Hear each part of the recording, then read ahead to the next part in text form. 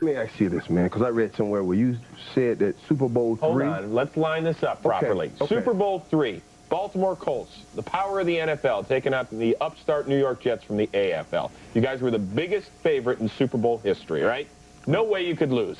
You end up losing 16-7. What happened? Well, I personally think the game was fixed. The game was fixed. Yeah. Yeah. Why? So Michael and his peers can make the money that they'll make. Michael Irvin? You made the league better, is that what you're saying, if you guys lost? See, if the Jets don't win that game, then they don't have the NFL the way it is today. Oh, because it was the merger. It was the merger. That was the Right. third. How did they fix a game like that? See, the quarterback. Yeah. If you remember, we were inside the 25 times in the first half. Right. And come away with no points. Right. Which is not a characteristic of a Colt team. But nobody came to you and said, hey, Bubba, here's, No. Well, who did they go to? Sorry. You see how Bubba looked at that Chris? You're trying to get me killed. But who did? So they went to the quarterback. That's what you feel. That's what you feel. I know he was in on it. Yeah. If you go way back and look at all the Super Bowls when it's Super Bowl week, now they run every Super Bowl, right? Right. Now when you get to 3 this year, when you just happen to be watching it, you'll see Jimmy Orr standing down in the end zone like this. Nobody is within 30 yards of him. He's the primary receiver. Right. And Earl never looked that way. You're talking about Earl Morrall, your quarterback there. Was there ever a time during the game? You're really trying hard. Well, I mean, we can all look it up there.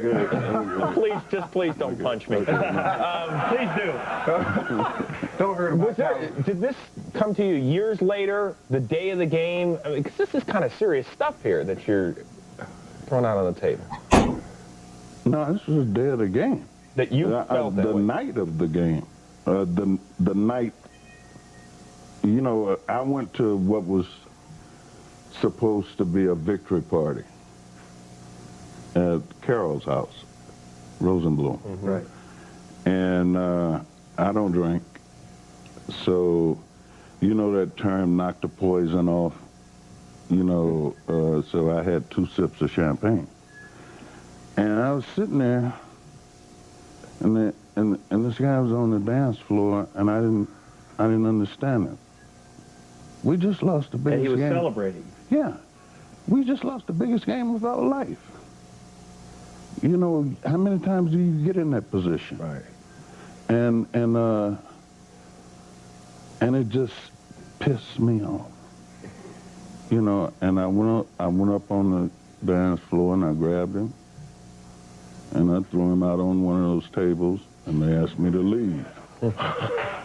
You know, and on the way home, on the way back to the hotel, I'm in a cab, and you know you can look up, and you see the cab driver looking at you, and I said, I looked at him about 3 times before I said anything, and he said, "Are you Bubba Smith?" I said, "Yeah." He said, "Man, don't feel bad."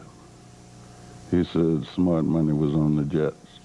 I said, "What do you mean?" He said, "It came down how I live. That put your money on the Jets." So was Earl Morrall driving the cab, too? Okay, that's enough. You are a dirty man. You are a dirty man. That is not nice. No, the league. Exactly. Hey.